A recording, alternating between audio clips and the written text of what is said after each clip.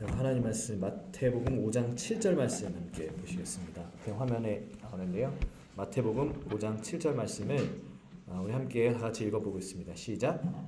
긍휼히 여기는 자는 복이 있나니 그들이 긍휼히 여김을 받을 것이며. 네, 감사합니다.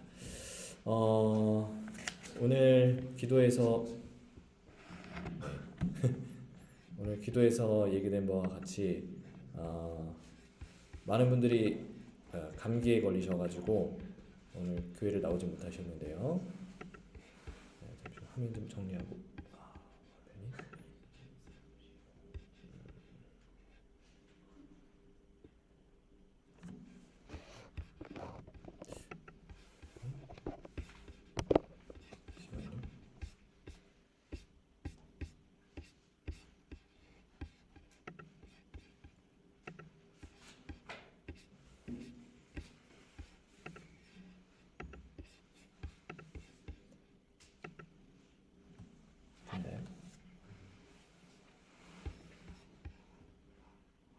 네, 우리 이렇게 나오는 게 맞습니다. 네. 자, 오늘 많은 분들이 못 나오셨는데요.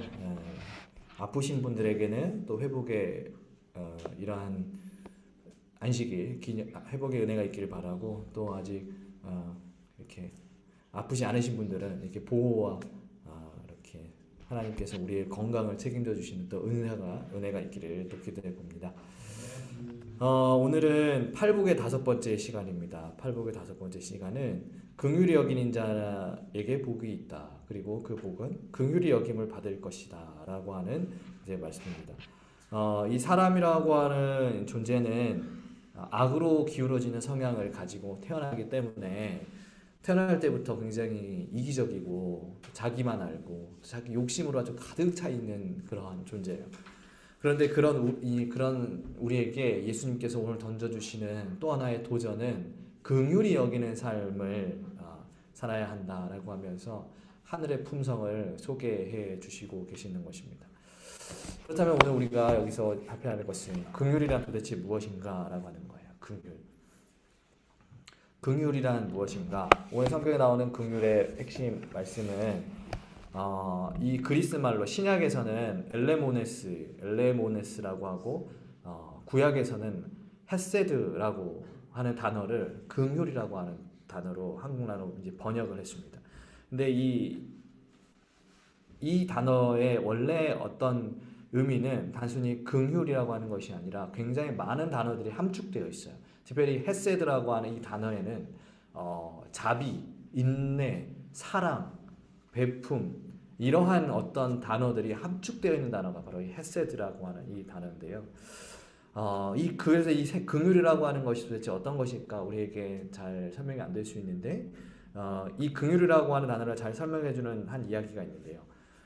옛날에 예수님 시대에 아직 노예 제도가 있을 때요. 노예 제도가 있을 때 그때 어떤 주인하고 어떤 종하고 길을 걸어가고 있었어요. 그런데 그 옆에 길을 걸어가는 도중에 옆에 한 거지가 구걸을 하고 앉아 있었습니다. 그 모습을 보고 부자였던 주인이 참 불쌍하다, 참 도와주고 싶다 이런 마음 느끼면서 연민의 감정을 느꼈지만 정작 그 사람에게 돈을 주진 않았습니다. 도와주지도 않았어요.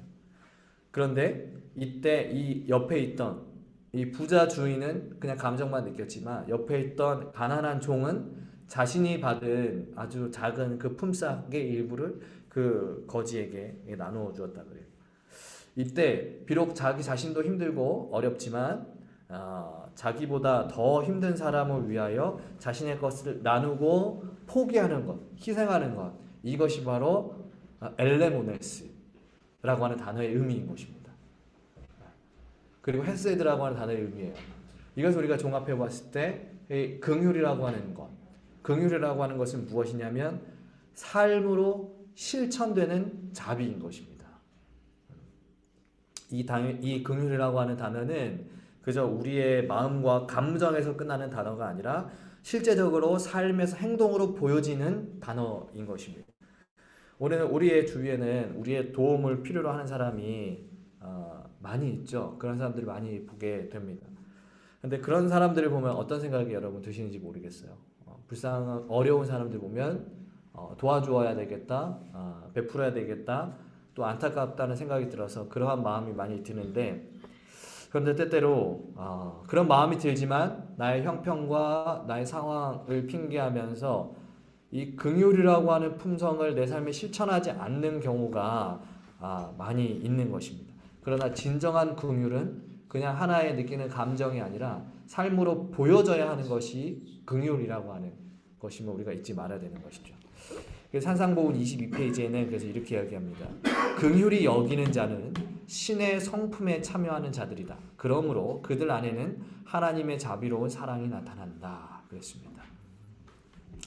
선지자는 긍휼히 여기는 자는 신의 성품, 신은 누구예요? 하나님이죠. 하나님의 성품에 참여하는 사람이다라고 이야기를 하고 있습니다. 여러분, 근데 우리가 하나님의 성품을 보시면 어떻습니까? 여러분, 하나님의 성품이 어때요? 사랑. 그런데 그 사랑이 여러분, 하나님께서 우리를 불쌍히 여기시고 우리를 사랑하시는데 그게 저 하늘나라에서 그냥 생각만 하고 계세요? 그냥 감정으로만 가지고 계시나요? 하나님께서? 그렇지 않아요. 하나님은 죄에 물들어서 허덕이는 우리를 보면서 야, 쟤네 불쌍해서 어떻게 하냐, 쟤 도와줘야 되는데 이렇게 생각만 하지 아니하시고 힘들겠다 이렇게 말로만 하지 아니하시고 실제적으로 움직이시는 분이에요. 그래서 그분의 능력으로 애굽에서 종되었던 자들을 건져내셨고 바벨론의 포로되었던 자들을 건져내셨고 죄에서 허덕이던 이 세상의 백성들을 건져내시는 것입니다. 그래서 그 건져냄, 이 죄에서 건져낸다고 하는 이 단어를 우리가 구원이라고 하는데 이것을 이루기 위해서 직접 이 땅으로 오셨다는 거예요. 이것이 하나님의 성품인 것입니다. 그래서 하늘에서 생각만 하고 마음만으로 생각하는 게 아니라 가지고 있는 것이 아니라 실제적으로 움직이는 것이 영민의 감정과 그냥 긍휼의 생각만 하는 것이 아니라 실제적으로 베풀고 몸으로 보여주신 것이 하나님의 성품이라는 사실을 우리가 잊지 말아야 되는 거예요. 그리고 이 땅에 오신 예수님, 하나님이죠. 예수님께서도 이 땅에 오셔서 어떠한 삶을 사셨느냐? 불쌍한 사람 보고 병자들을 보고 그냥 지나가면서 불쌍한 감정만 느끼신 것이 아니라 그런 사람들을 다 치유하시고 귀신 들린 자에게 귀신을 해방시켜 주시고 죄에 눌린 자에게 자유를 주시고 죽어가는 사람들을 다시 살리시고 눈먼 자를 보게 하시는 그런 어떤 실제적인 삶의 모본, 실제적인 삶의 실천이 있었기에 우리가 예수님을 긍휼한 분이다라고 이야기를 하는 것이지, 예수님께서 만약에 이 땅에 오셔가지고 그냥 지나가면서 야, 쟤 너무 힘든 사람이야, 쟤 너무 불쌍해, 속으로만 생각하시고 실천이 없으셨다면 세상에 누가 예수님을 긍휼히 여기는 분이라고 말할 수 있겠습니까? 그래서 성경에서 긍휼, 헤셋, 이 단어는 반드시 삶에 보여질 때, 실천하게 될 때 사용되는 단어임을 우리가 잊지 말아야 되는 것입니다. 그래서 산상보훈에 이어서 나오는 말씀에는 이렇게 기록하고 있어요. 잘못을 범하는 자들, 시험을 당하는 자들, 궁핍과 죄의 희생물이 된 가련한 자들의 부르짖음을 들을 때 그들을 도와줄 가치가 있을까 하고 묻지 않고 내가 어떻게 하여야 그들을 도와줄 수 있을까 하고 묻게 된다. 자, 이것은 무슨 내용이냐면 진정으로 이 땅에서 긍휼의 삶을 살기 원하는 사람들의 삶의 모습을 이야기하고 있어요. 진절히 긍휼히 여기는 사람은 어떻다 그래요? 저 사람은 도와줄 만한 가치가 있는지 없는지 생각하는 게 아니고 뭐부터 하는 거예요? 어떻게 해야 도와줄 수 있을까를 먼저 생각하는 거예요. 저 사람이 내 도움이 필요한지, 내가 저 사람이 나의 도움을 받을 만한 사람인지 그거를 묻는 것이 아니고, 그거를 먼저 확인하는 것이 아니고 어떻게 도와줄 수 있을까를 먼저 확인하는 사람이 이 땅에서 긍휼을 베풀며 살아가는 사람이다라는 거예요. 여러분, 하나님께서 우리가 긍휼을 받을 만한 자여서, 그러한 은혜를 받을 만하게 합당한 자여서 하나님께서 우리에게 긍휼을 베푸시는 게 아니에요. 하나님은 우리가 아직도 우리가 긍휼을 베풀 만한, 긍휼의 은혜를 얻을 만한 아무런 자격이 없지만 하나님은 그걸 판단하지 않으신다는 거예요. 자격을 갖추었느냐 갖추어주지 않았느냐 이걸 판단하지 아니하시고 어떻게 도와줄 수 있을까? 어떻게 하면 저 사람을 죄에서 구원할까? 이 방법을 먼저 생각하셔서 먼저 오신 것입니다. 이것이 긍휼을 베푸시는 하나님의 모습이고 신의 성품임을 기억해야 하는 것이죠.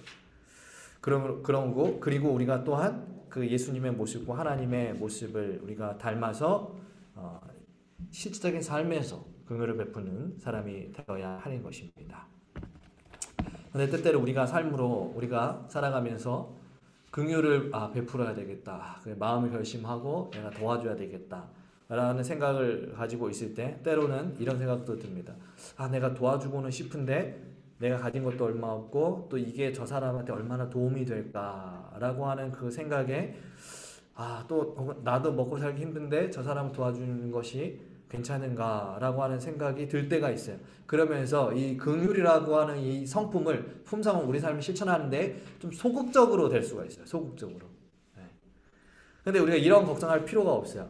왜냐하면 긍휼의 삶이란 단순히 어떤 경제적인 도움을 주는 것만 긍휼이 아니기 때문에 그러한 것입니다. 산상보훈의 말씀 이렇게 얘기합니다. 계속 초쟁하는 고독한 많은 사람들에게 있어서 친절한 말과 동정의 표정과 감사의 표시는 마치 목마른 사람에게 냉수 한 그릇과 같을 것이다. 동정의 말 한마디, 친절한 행동 하나는 피곤한 어깨에 무겁게 지워져 있는 짐을 치워줄 것이다. 따라서 사심이 없는 모든 친절한 말과 행동을 잃어버린 인류를 위한 그리스도의 사랑이 표현이다. 세상에는요, 돈이 많아도 고통의 시간을 보내는 사람이 많습니다. 돈이 많으면 뭐 다 문제가 해결되느냐? 그렇지 않잖아요.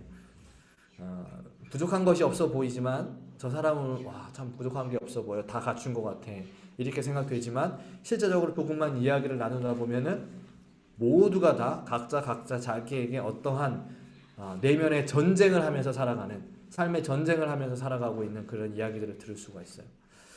이런 사람들에게 힘들고 어렵고 지친 인생을 살아가는 사람들에게 우리가 던지는 그 말 한마디, 그리고 작은 친절, 어쩌면 미소, 한 번의 미소, 이러한 것들이 답답한 투쟁 가운데 있는 사람들에게, 영혼들에게 생수와 같은 역할을 할 수 있다는 거예요. 그러니까 반드시 어떤 경제적인 도움을 주어야 그 긍휼을 베푸는가? 그게 아니라 무엇으로도 우리가 긍휼을 베풀 수 있어요? 말 한마디. 얼마나 힘드니? 내가 널 위해서 기도할게. 그리고 나를 향해 다가오는 그 사람에게 웃어주는 작은 미소, 그리고 작은 친절, 배려, 이러한 것들로도 우리가 긍휼을 베풀 수가 있는 것입니다. 오늘 증언의 말씀은 그렇게 이야기하고 있는 거예요.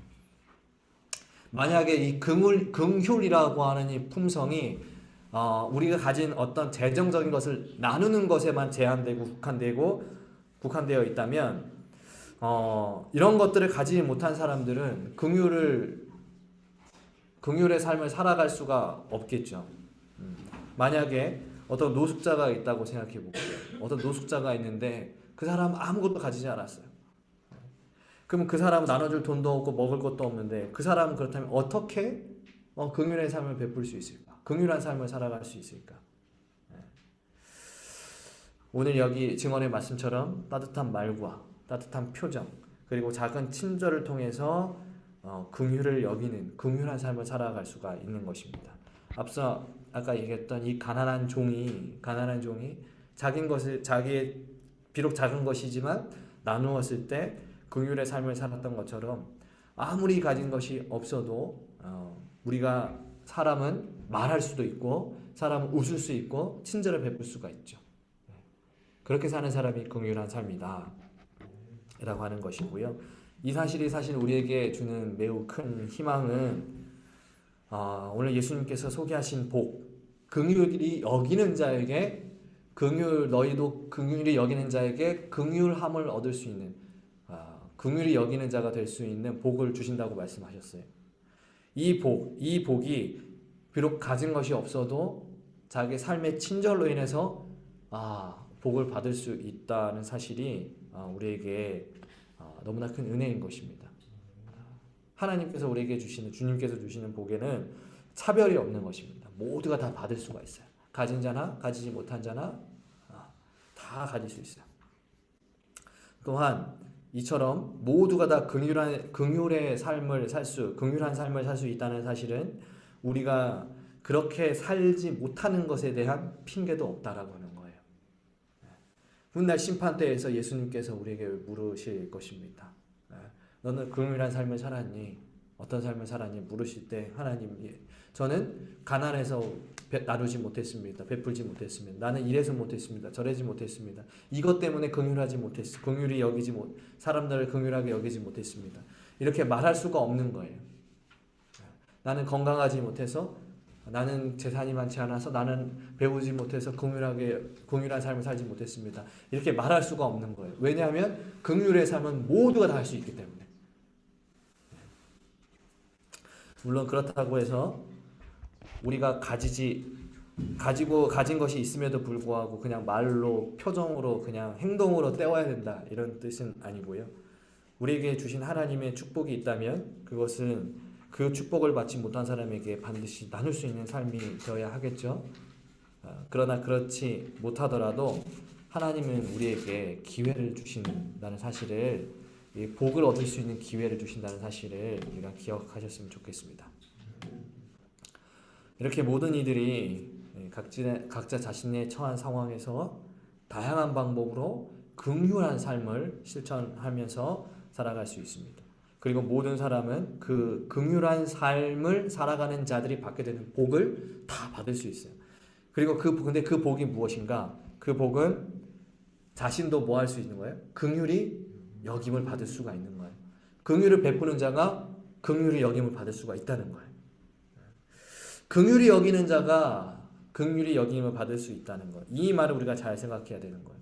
여러분, 긍휼히 여기는 자가 자기도 긍휼히 여김을 받을 수 있다 라고 하는 이 사실에서 우리가 알 수 있는 것은, 즉 긍휼을 베푸는 사람도 자기도 뭐 할 수 있어요? 받을 수 있는데, 긍휼히 여김을 받는 것은 내 상황이 어떤 거예요? 어떤 사람을 여러분 긍휼하게 여기십니까? 어떤 사람을 보고 긍휼함을 느끼세요? 어렵고 힘들고 지치고 실패하고 낭망한 사람을 보고 우리가 저 사람을 참 도와주고 저 사람을 할 때 그걸 긍휼이라고 하잖아요. 근데 우리가 그 반대의 상황이 될 수 있다는 거예요. 나도 누군가에게 긍휼히 여김을 받을 수 있는 상황이 될 수 있다는 거예요. 우리도 어렵고 우리도 힘들고 실패하고 낭망될 때가 있다는 거예요. 할 때가 있다는 거예요. 그런데 그때 예수님께서 우리에게 주시는 약속은, 그때 우리가 긍휼히 여김을 받을 수 있는 것은 어떠한 삶을 먼저 실천해야 되는 거예요?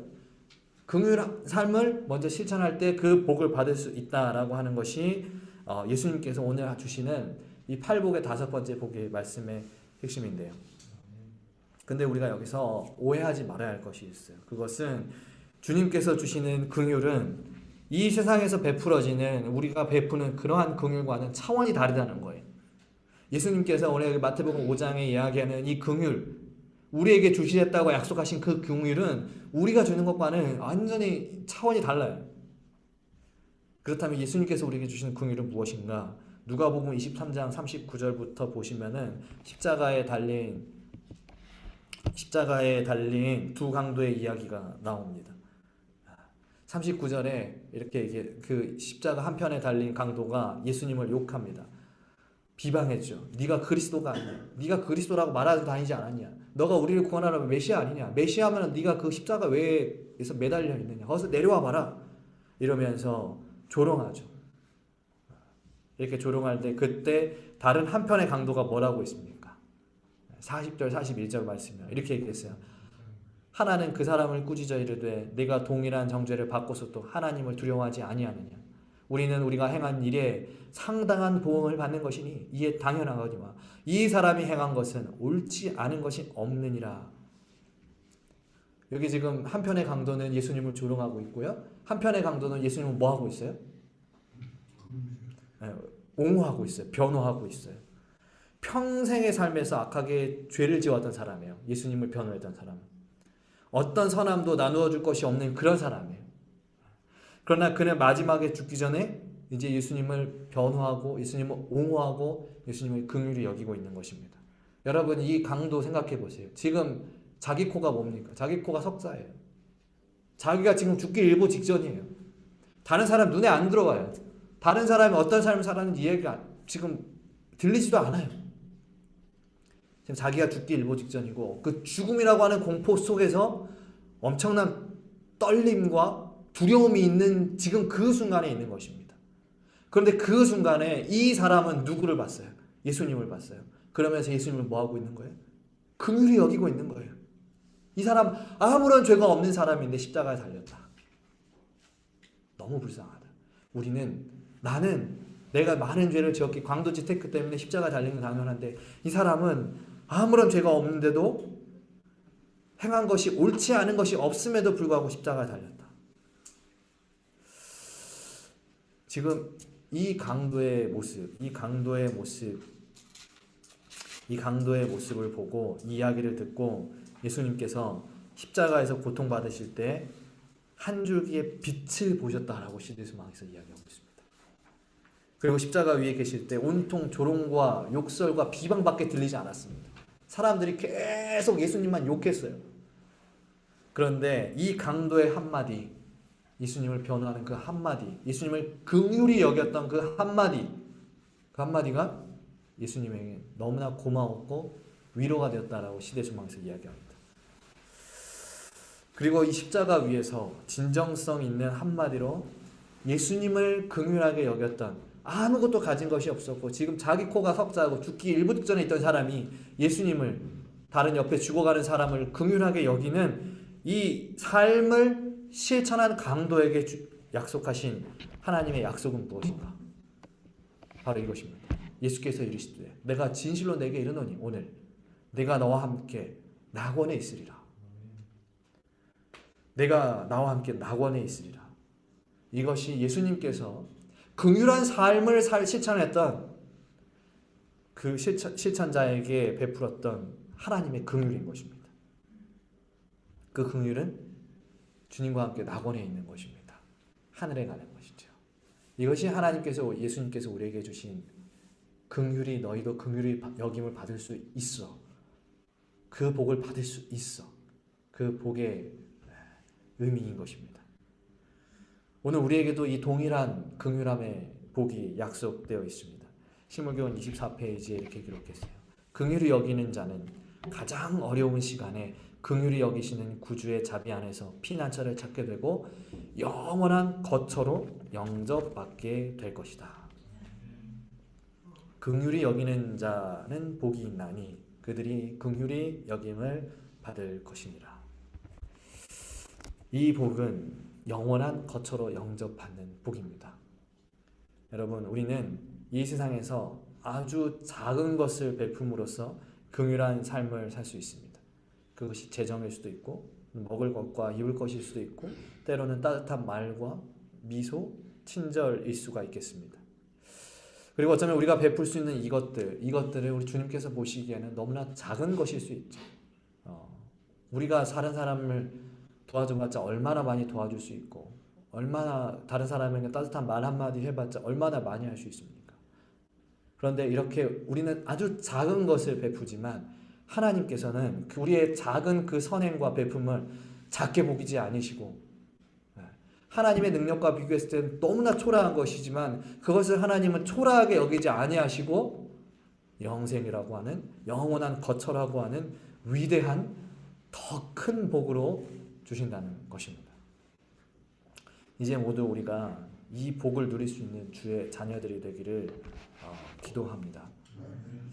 작은 친절과 베품은 하나님께서 보시기에 그것이 우리는 작다고 여기지만 하나님은 그것을 작게 보지 않는다는 사실을 기억하시면서 우리 일상에서 누군가에게 도움이 되는 그러한 그리스도인으로 살아가면서 긍휼히 여김을 받는 복 얻기를 바라면서요. 말씀을 마칩니다.